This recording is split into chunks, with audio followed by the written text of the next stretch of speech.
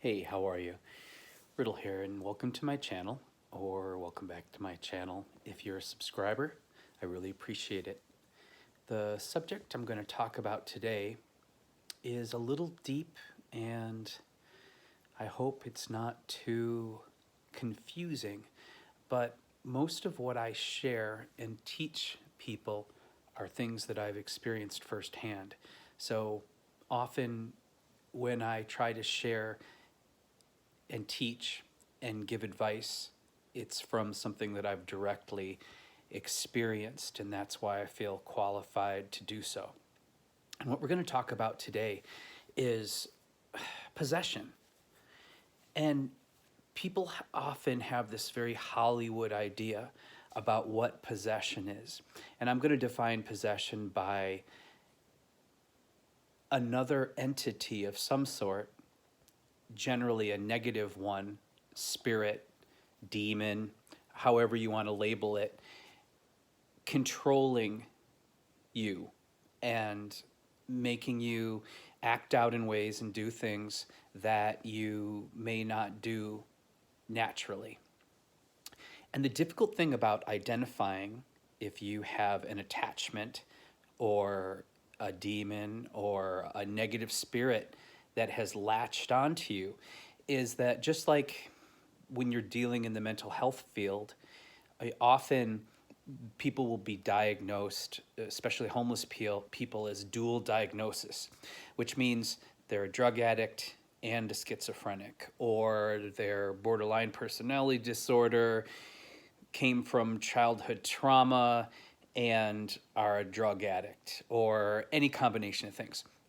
So often, when things attach to us, which is very typical through trauma or during trauma at a really young age, it happens so quietly, and we're so distracted in our energy field. Our aura is just got this big opening that this negative force just sneaks in there and just starts wrapping itself around our souls, around our genuine selves, and starts feeding off of us and controlling us in really weird ways.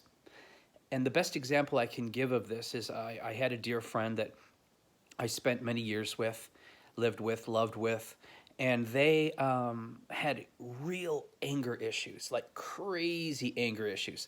They also had really radical nightmares, night terrors, that they would wake up and just like put their hands through windows and run around screaming, and it was really crazy. And often this person would say, that's just me. I can't help my anger. I can't help my outbursts, my rage. And it was rage. And when they went into these fits of anger, their energy, their face, it was almost like they had a mask on of something or someone else. But I was really young at the time, and hadn't had a lot of experience in life, and just kind of chalked it up as, okay, yeah, you had a messed up childhood and you're just an angry ass person. But what happened, eventually, I was sleeping next to this person and they were having a nightmare, and I was kind of in between two worlds.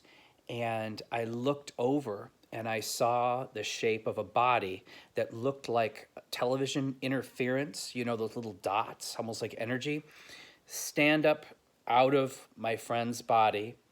And then I looked at it and it turned its head. This energy shaped like a human body looked at me, and I was literally just like jamming my hands in my eyes, rubbing my eyes to see if it was just like fuzz or something. But then this thing stood up and walked backwards into the shadows of the corner of the room and disappeared. And the weird thing is, when this energy had left him and backed off into the corner of the room, he stopped tossing and turning and yelling, and he was literally saying, "Get out of me, get out of me." And I was like, holy crap, like what did I just see? So the next day I'm on the phone with any psychic or anyone that would talk to me, trying to figure this out. But no one really had any answers, and it was just a really weird, confusing thing, and I just forgot about it. So a half a year or so went by with the same behavior and same crazy crap, and we'd moved. And one night the same thing was happening, and I woke up and I looked over, and this time this creature was coming out of him. It looked directly at me. I looked at it, and it snarled at me. And the face of that creature, that being, that entity, was the face of all of his anger and hate and rage. And it was so shocking to me and so frightening that I passed out. And this is the funny thing, is that I didn't even remember the details or remember it happening until the next day. So the next day, while walking past the same area, all of it came back to me. And sometimes I also wonder if this creature had the power to just like try to wipe that from my memory, to protect itself. So I got on the phone again. I called all these psychics. I told them the circumstances. And there was one particular woman who was really kind. And she told me, yes, in fact, this is an entity. She knew when it came, when it entangled into my friend's soul, what this childhood trauma was, and offered to meet for him for free to help guide him to get this thing untangled from him so he could actually get control of his emotions, begin to trust, begin to love, begin to heal, because that's this thing just feeds off of you and just keeps you from self-love, loving other people, being happy, trust. I mean, it's just evil. It's malevolence. So after she met with him, he had this amazing experience. And it's crazy because he wasn't raised Christian. He knew nothing about God, angels, anything else. But while leaving her home, Saint Michael appeared to him and identified himself and offered to help my friend to take Saint Michael into himself, to banish this creature slowly and permanently from his soul. And when this happened, my friend became a completely different person almost overnight.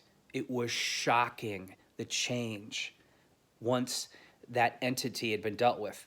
And my friend, interestingly enough, actually knew the moment possibly that this came into his life as a child. Something really horrible happened to him, and he would never share with me what that was.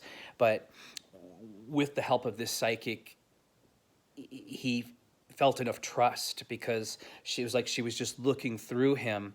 And then he learned it wasn't him. He really wasn't that angry, mistrustful, crazy, mad person.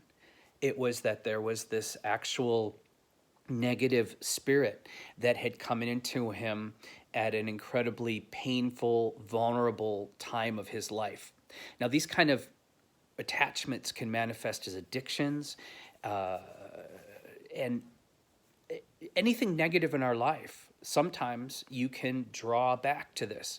So the reason I'm sharing this with you is you may have someone in your life right now that is displaying more than just mental health issues, more than just the normal amount of sadness or anger or sexuality or addiction. And yes, these are also very physiological things, but see if it's something deeper. See if you have seen any of these other weird signs like I did with my friend. You know, maybe you think it's a negative energy in your house, that it's not it's nothing negative in your house at all. It's actually coming from this person that you're so close to, that you too have become accustomed to thinking that, oh, it's just them. But maybe it's not just them. So this is where you can go about the process of doing a clearing, a healing, to kind of test these things out and see what happens. And there's many different ways to go about this, depending on your faith and depending on the severity of it. But right now, we're not going to get into that. I just wanted to touch the subject of possibilities. Are you possessed? Possession doesn't mean spinning your head around and floating in the air and puking green stuff. Sometimes chronic possession can manifest itself like chronic depression or chronic fear or chronic anger. And when you can't figure it out and you've tried everything, I always say about any kind of healing, when you're in the game of healing and trying to find that maximum amount of functionality and happiness in our lives, you look to all the possibilities. And so, if this is a possibility for you, it might be worth investigating. And with the help of someone with a strong faith in positive forces, may that be a shaman, a priest, or whoever you trust, and your own willingness to accept this in yourself and accept light and healing and love in yourself, sometimes this can change your life. Okay, so that's it. If you like my videos, my organic gardening, my mushroom hunting, my art, my money-saving tips, and occasional topics of magic and such things, spirituality, please subscribe. It helps. And I want you to please take care of yourselves today. And most of all, let's take care of each other, because I think that how we treat each other on the streets is our ultimate reality, not all this crap they brainwash us with on television. You know, when I leave the house, no matter how bad my day is, my father taught me you don't throw trash on the ground. And I converted the same concept into, you know, even if I'm having a really awful day, that's my garbage. I'm not going to put that on other people. And I try to treat everyone with respect and kindness, because that's the world I want to live in, and you need to lead through example. All right, bye.